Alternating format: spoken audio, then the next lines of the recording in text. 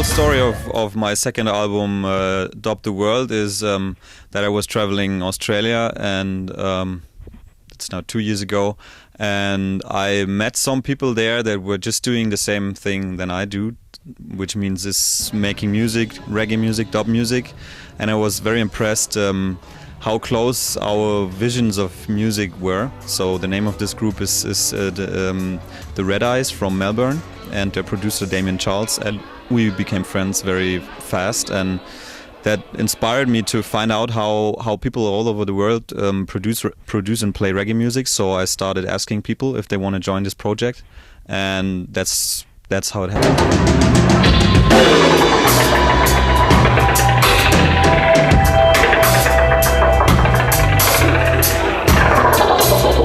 It was not easy to get all the tapes and connections. Mainly, I tried to get a direct contact through friends, or I just wrote an email or MySpace, whatever I could get, and all the business and contracting was then done by the label Echo Beach. They made all the contracts and stuff, so I didn't have to do all that. So mainly, I just asked the musicians or their management if they're interested, and most people were just nice and said yes.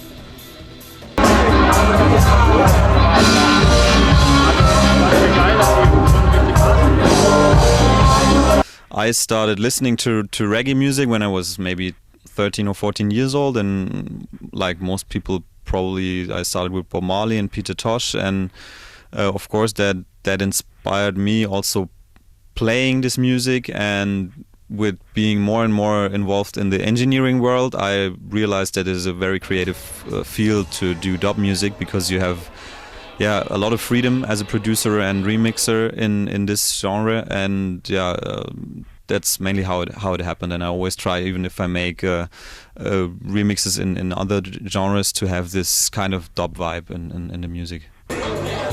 Of course, there's some artists that I listen to more or that influence me more, but I have to say that always when I listen to music, no matter what kind of music, I try to take something even if I don't like the music. So it could be that a strong influence is coming from something that I don't like too much, because I just find one detail that I want to use but avoid to copy the rest. So I don't have like so big heroes or something for my engineering.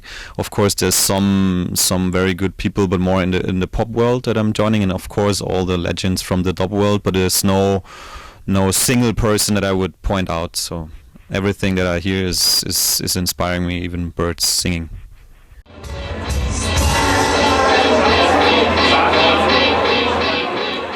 Dub and roots reggae are very much connected, so I don't think that one or the other is more spiritual. I mean, there's reggae music that is not spiritual at all, and of course there's also dub music that is not spiritual, but if there's some kind of spirituality, you can feel it in both styles, and they're very close together, so I don't think there's a difference.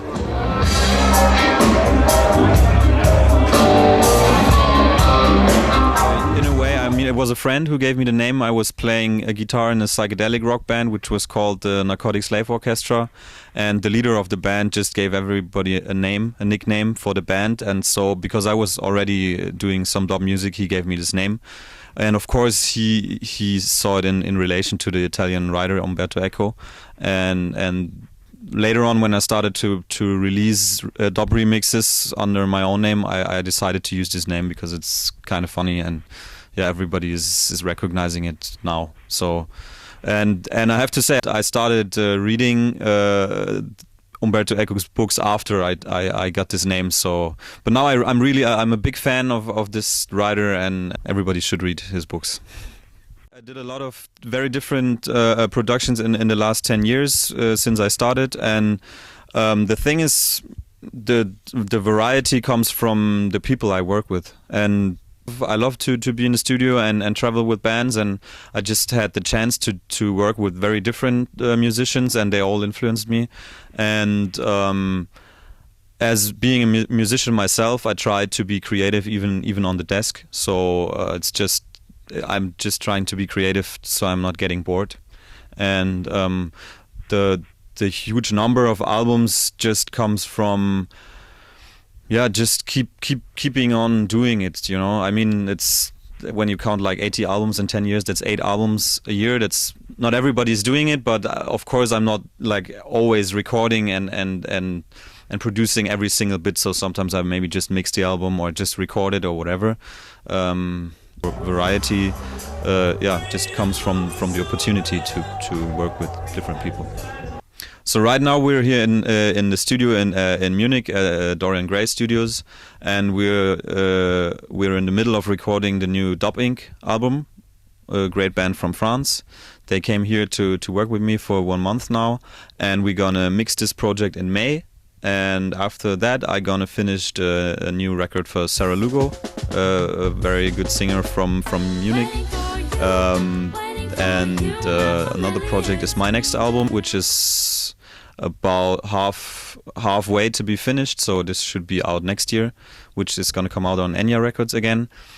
And there's some other nice projects that just came out, which is, for example, the new Naphtali album. It's a co-production with Maury the Baron from Oneness Records. Naphtali is a very talented new singer from Jamaica who produced this album together with us.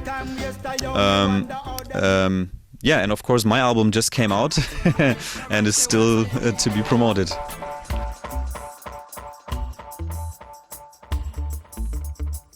I'm gonna be on tour with Jamaram again, as I'm their producer since they started recording, and we also do a lot of concerts together. So in April we're gonna be on tour through Germany and also parts of Switzerland, and the tour is gonna go on through all summer.